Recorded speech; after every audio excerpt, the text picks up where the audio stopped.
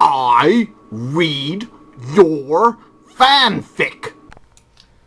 Hi everybody, this fan fiction was emailed to me by stevelikepie, and it's an Assassin's Creed fanfic. And I don't know anything about Assassin's Creed, short of the various articles I've edited from other writers on it, so this should be interesting because it has a lot of long-ass Italian words. Well, I know that Steve likes pie. Yeah. Assassin's Creed, The Minstrels' Revenge. What? Monteregione, 1498. After defeating the God, Mad it's a period Monk... piece. It's Assassin's Creed. It's a period piece, but it's like inside the mind of someone who's in a virtual reality machine. Wait, whatever.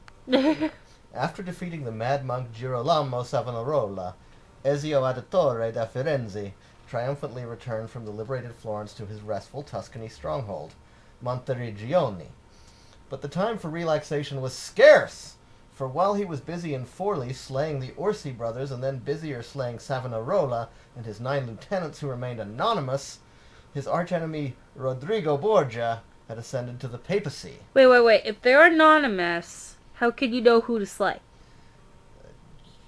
He didn't ask their names? But how do you know he just didn't slaughter somebody who's innocent? He doesn't care. Well, then he's a douche. But Ezio was worried. No! He knew what he had to do. He would storm Roma and slay the man behind the death of Papa Auditore and his 2 bros, I love how it says bros, at long last.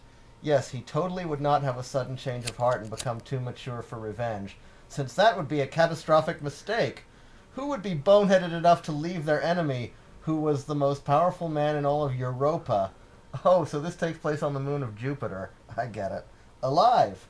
Especially if he headed the Templars, that other big, evil, all caps, exclamation mark, secret organization that battled the assassins. I think we kind of tell that it was all caps when he went, EVIL!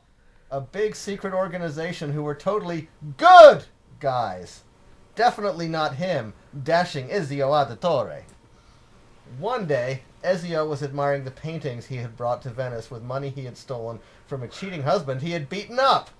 On that day, he had heard rumors of a Templar plot to poison the water supply of a frontier town. How? Okay, if you... How the hell can you run out with more than 2 paintings? I mean, because you could grab one in each hand. But, I mean, so...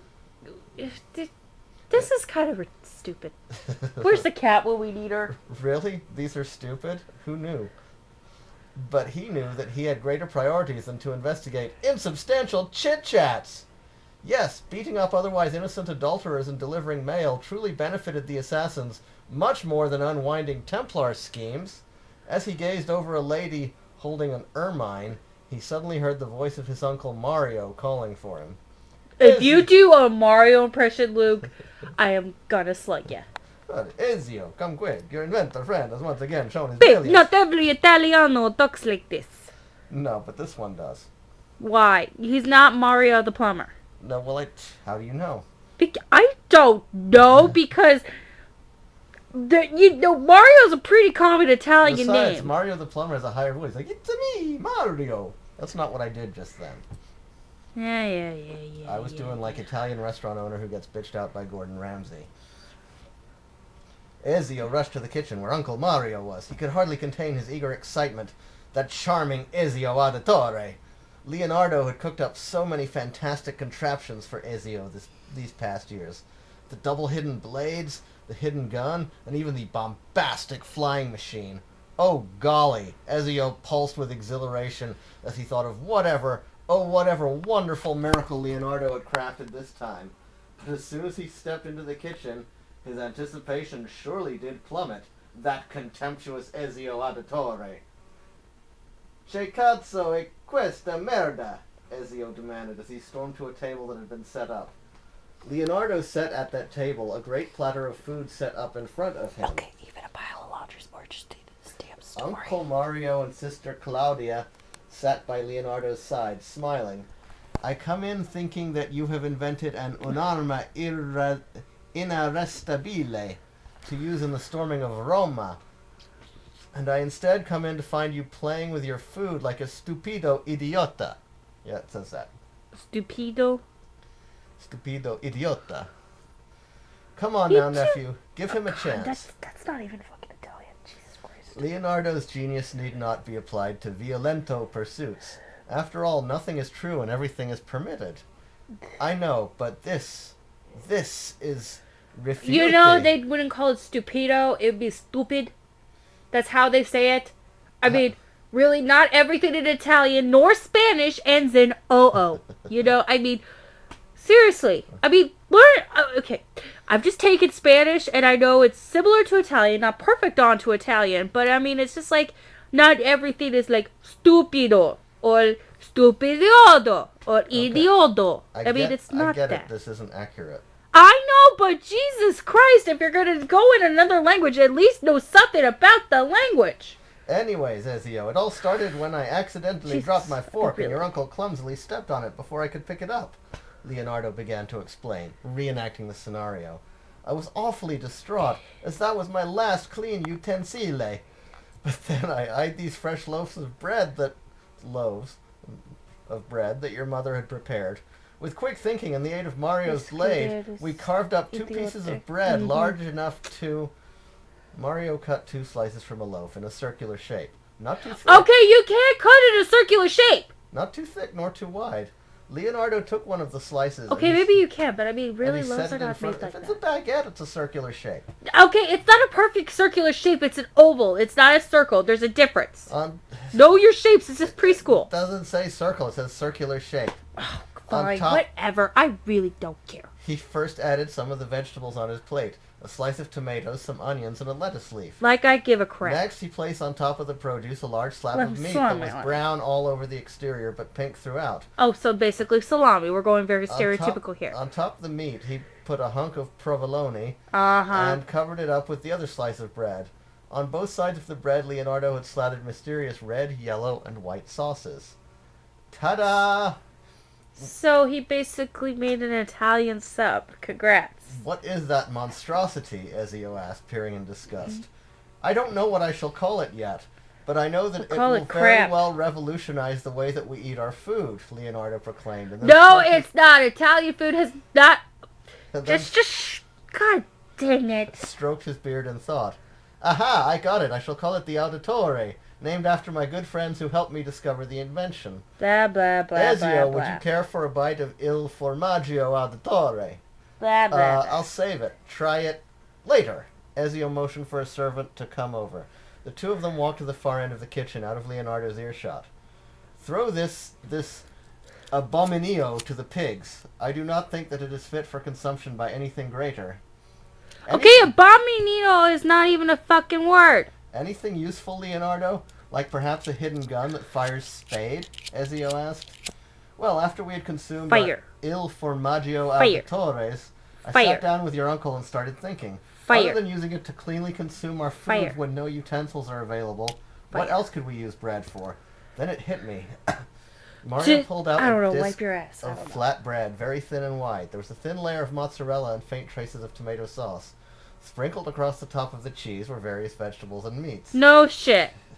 You know what I hate about plates after supper, Ezio? Cleaning them. But this innovazione shall ensure no more fruitless struggles to get plates can again. For instead of washing upon the end of a meal, you can simply consume the plate. And to streamline consumption, take a look. This is why it's called a sandwich. I mean, this is nothing new. This is a pizza. You didn't get that? They're inventing pizza. Mario. Okay, I'm sorry. Pizza was not invented in Italy. And pizza was invented by Italian immigrants in New York City. Mario used his sword to cut the pizza, man. into 8 triangular pieces of identical size. Leonardo took one of the pieces by the rim and took a bit of the tip. Eureka! Soon we shall eliminate the needs for plates and silverware altogether. No, because if you do a deep dish pizza, you need a fork and knife to eat with it. At least that's how I do it, because whatever. Yeah, I don't remember the last time you used a knife and fork to eat pizza. I do it! Ezio shook his head. Without saying a word, he left his far more enthusiastic kin and Leonardo behind. He headed for the door. He needed some fresh air after witnessing all this lunacy. What blasphemy was this? Bread used to hold other food, which would be eaten by holding the bread and taking a bite? Yeah, it's called a sandwich, dumbass. Leonardo definitely had not stumbled upon an innovation. It was nothing more than a fad of a madman, and one that was sure to die out. How could it last? Eating food with fingers like that was barbaric.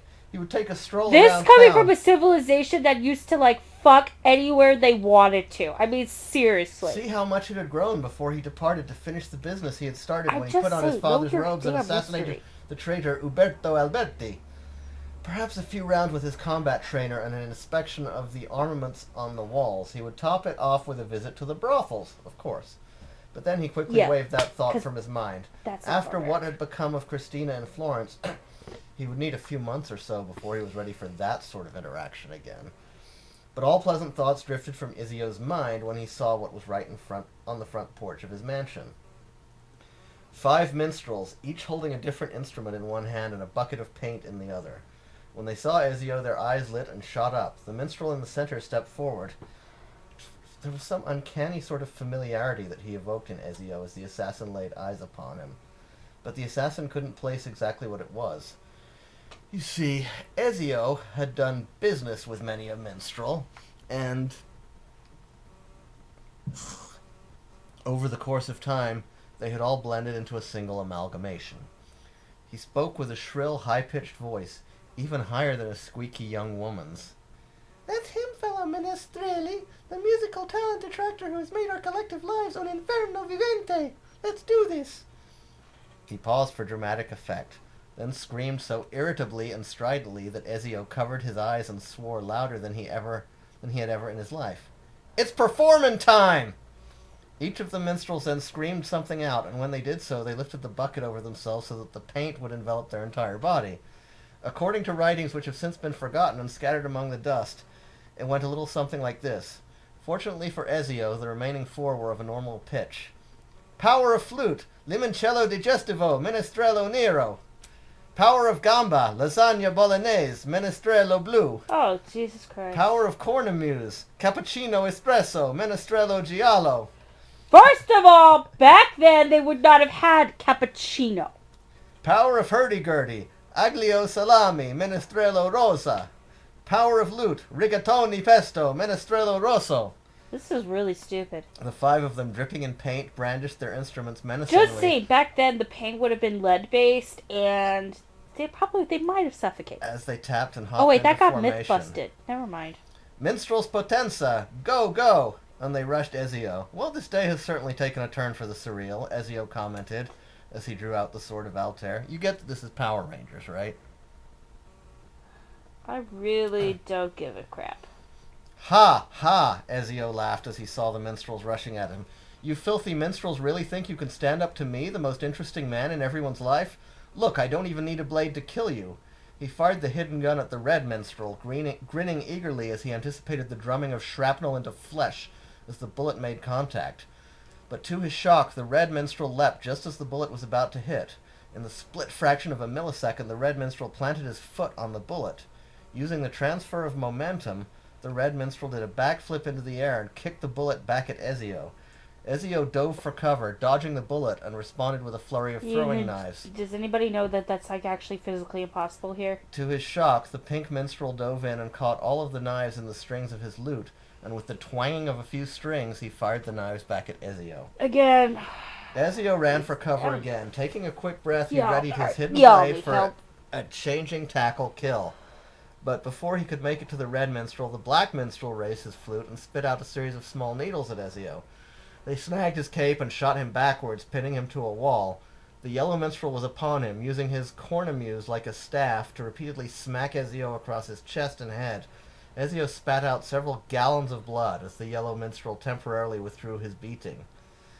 Now you know what it feels like to be one of us, figlio di puttana, the yellow minstrel spat in the assassin's face. Nonsenso, I was just going easy on you. Ezio, heaving with all his strength outward, wrenched himself free, ripping his cape in the process. He threw his foot upwards. The yellow minstrel was temporarily incapacitated, writhing in pain on the ground. See what I mean? Ezio said as he prepared to stab his sword downward. But suddenly there was a loud bang and the sword was sent flying from his hands. In mid-air as it fell, the sword had become enveloped in a binding net. The red minstrel was loading another net projectile into the interior of his hurdy-gurdy. Damn you! Ezio cursed and grabbed a handful of dirt. He tossed it at the red minstrel, blinding him. but before he could move to finish the red minstrel off, the pink minstrel was upon him again. I'm going to skip forward a little bit in this story, because I'm tired of this part. It seems that Ezio has become too much for each of us to individually handle. This calls for only one soluzione, fellow Minstrels. Oh, Jesus Christ. Pausing for dramatic effect, he screamed at the top of his lungs, "Form the mega banda!" The minstrels got into a formation and began to play a song so horrid that even describing it in any capacity with mere words and not music would cause any normal man to go mad and gouge his own eyeballs out after Barney, dismembering his the purple dinosaur right earbuds. This story is causing me to go mad and want to gouge my own eyeballs out, but... Can we... I'm falling asleep. This is so incredibly stupid. Ezio was no normal man, for he was an assassin, part of many gifted bloodlines that would one day converge into mediocrity in a hoodie. But that is a story for another day, and to tell it in any sort would go far beyond the budget that has been granted for the minstrel's revenge. Ezio, as such, was not killed on the spot. He was only paralyzed, unable to move or speak. Even his mind was a blank, struggling to piece itself back together. The minstrels laughed merrily and began to beat the defenseless Ezio. They had taken out sacks of florin and were dumping the coins on him. Each drop of metal hurt like the sting of 1,000 angry hornets. The minstrels had raised each of their instruments, ready to deliver a finishing blow. But then they heard an angry voice. "Hey, nobody does that to my friend! Hey, isn't that Leonardo da Vinci, the famous painter? Ooh, I'm so paura. Ooh, Leonardo, what are you going to do? Paint on us? Better yet, you shall know the wrath of a man angered at lunchtime." Leonardo threw the flatbread at the blue minstrel, who was so shocked by this sudden turn of events that he did not lift his large instrument to block it. Instead, he just stood there, and inevitably, the flatbread disc had decapitated him. As his headless body, spurting blood in a heavens-high fountain, collapsed, the other minstrels collectively merda I pantalone. "Mario, your turn," Leonardo called. "Huh?" asked the yellow minstrel as he heard heavy steps coming from behind. But before he knew what hit him, Uncle Mario Auditore had swung 2 loaves of bread so stale into opposite sides of his head so firmly that his head was crushed. A sick hissing sound followed as he slumped to the ground. One eyeball popped and the other rolling away. Bits of brain were leaking out of many open cracks in his exposed skull. Idiot. "No! You'll pay for this!" The black minstrel was preparing to shoot his flute at Mario, but Mario leapt up in the air, dodging the projectile. As the black minstrel prepared to fire again, Mario had landed onto his head, pounding him to the ground. Taking the black minstrel's flute, Mario lodged it deeply in his mouth, ending somewhere in the throat. Mario then put somewhere extremely hot peppers in his mouth and blew in the other end of the flute. The peppers were grinded up as they entered the flute, and the full power of the devastating juices came out on the outside. The black minstrel screamed as his insides were literally cooked, and he joined the dead. "No man can defeat me," the red minstrel asserted as he blasted back deadly foodstuffs thrown at him by Mario and Leonardo. "Then how about a woman try?" Claudia yelled as she strangled him to expiry from behind with several long and thick fettuccine noodles. "It's about time I got to do something," she said to the shocked Leonardo and Mario. Can we just end it? I don't know. Hey, you tried doing nothing but keeping a book and occasionally seeing your brother for several years. No, we're getting close to the end here. Oh, thank God. The trio turned their attention to the last standing minstrel, the pink one. "I assume you know what this is?" Mario asked as he took out a broomstick. It's a broom. "Oh God, no. Please, show me misericordia. Ow!" Mario smacked the broom into his buttocks so hard they instantly collapsed upon themselves, knocking all the paint literally off the pink minstrel, leaving him just a normal minstrel. Oh, Jesus. Okay. "No one hurts my brother but me," Claudia cursed the minstrel and took the broom from her uncle. With a mighty swing, Claudia smacked the minstrel and sent him blasting off. Every time he landed, the force and recoil were so high that he was sent bouncing back all the way to Firenze, devastating his insides and personal parts even further. "That should be the last we see of them," Claudia reassured Ezio. She helped her brother up. Oh, Ezio was shaking, trying to make sense of the madness that had just happened. That could not have been any skill. It was definitely sorcery that had imbued these minstrels with their fearsome strength. Leonardo, I am sorry for doubting you. Ezio apologized for his doubting of the many uses of food in the last chapter that Leonardo had discovered. Don't worry, old friend. It's all in the past. Ezio clung onto his sister as she led him back to his room for recovery. The experience, the sensation, embarrassed them both greatly. Don't tell Mother about this, Claudia. The loss of Father and our brothers may have broken our heart, but this will definitely break her mind. Yes, it will. It's doing a number on mine. Are we done yet? What would you be willing to do for that silence, brother? Claudia asked with a slight smile on her face, the incest forming as her mind started to cook up some devious thoughts. That's the end. Yay! It's over! Go, go, power, incest. Do, do, do, do. And I didn't even drink during the whole time. I really wanted to, but I didn't have one to hand. This was painful. Yeah, Very, very fucking painful. I get that. Yeah. Yeah. Yeah. Yep. All right. Time to go kill my insides with some food. Bye.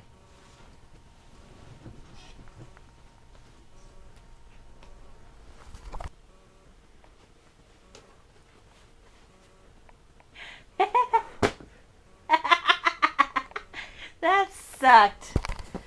You mean Do it again. You mean that didn't decapitate you like a piece of pizza?